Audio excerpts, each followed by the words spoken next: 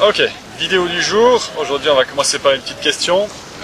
Pour toi, alors on va la poser en deux fois. Est-ce qu'il y a un sport qui est meilleur qu'un autre pour perdre du poids ou pour avoir un beau physique? Si oui, lequel? J'en sais rien. Je dirais que le fitness c'est un bon moyen de se muscler et perdre du poids. Ok. Donc qui serait mieux que, je sais pas, le foot, le volley, le basket Après, ça dépend à quelle fréquence tu fais cette fin. Ouais, bien sûr. Ok. Donc en fait, si je dis ça, c'est souvent parce que il y a beaucoup de nanas qui m'ont posé la question et qui disent c'est quoi le meilleur moyen de perdre du poids? C'est le fitness, c'est le crossfit, c'est quoi? Et il y a une approche que j'aime bien de Will qui dit ça par rapport à la diète, mais ça s'applique exactement la même chose au sport. C'est que la diète, quel est l'intérêt de faire une diète extrême où tu n'as aucun plaisir, que de la frustration, que tu vas tenir pendant peut-être un mois, tu vas avoir des résultats sur un mois, très bien, mais tu seras tellement frustré après que tu vas lâcher au bout de 3 semaines, un mois, et que tu vas reprendre le double. Quel est l'intérêt?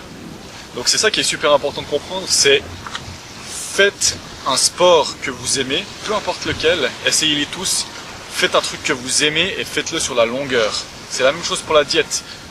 Faites pas des trucs trop extrêmes, ok? Prenez juste des petites habitudes alimentaires et faites une diète que vous êtes capable de tenir sur la longueur. C'est là où vous aurez les meilleurs résultats.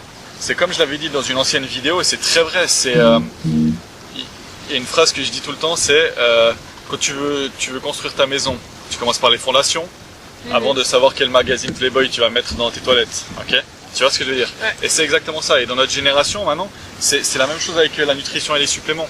Tu regardes, tu as des jeunes qui commencent et qui viennent te poser des questions de combien de grammes de glutamine je dois prendre, est-ce que je prends la créatine avant, après l'entraînement?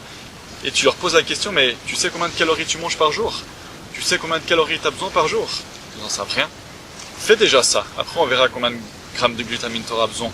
Et là, c'est la même chose. Avant de savoir quel est le sport qui brûle le plus de calories, on s'en fout.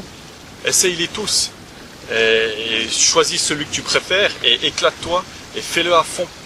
Donc là, c'est la même chose pour le sport. Faites, peu importe le sport, choisissez un truc que vous kiffez et que vous êtes capable de faire sur la longueur. La même chose qu'un régime, même si j'aime pas le thème régime, mais peu importe. Si tu kiffes la Zumba, bah vas-y, fais de la Zumba. 1, 2, 3 fois par semaine, il n'y a pas de souci. Après, il faut juste être consciente que 1 heure de Zumba, ça va pas, si t'as pas la nutrition à côté, et même si t'as la nutrition à côté, ça va pas te donner un corps de rêve, on est d'accord. Mais c'est déjà le premier pas. Au lieu de rester assis sur son canapé et puis de se dire qu'est-ce que c'est mieux, c'est quoi, c'est la course à pied, c'est le vélo, c'est la natation.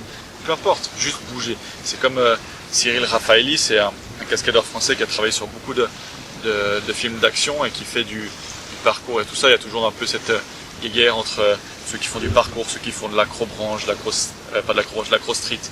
Peu importe, juste prenez vos baskets, sortez et bougez. So until next time, think about it.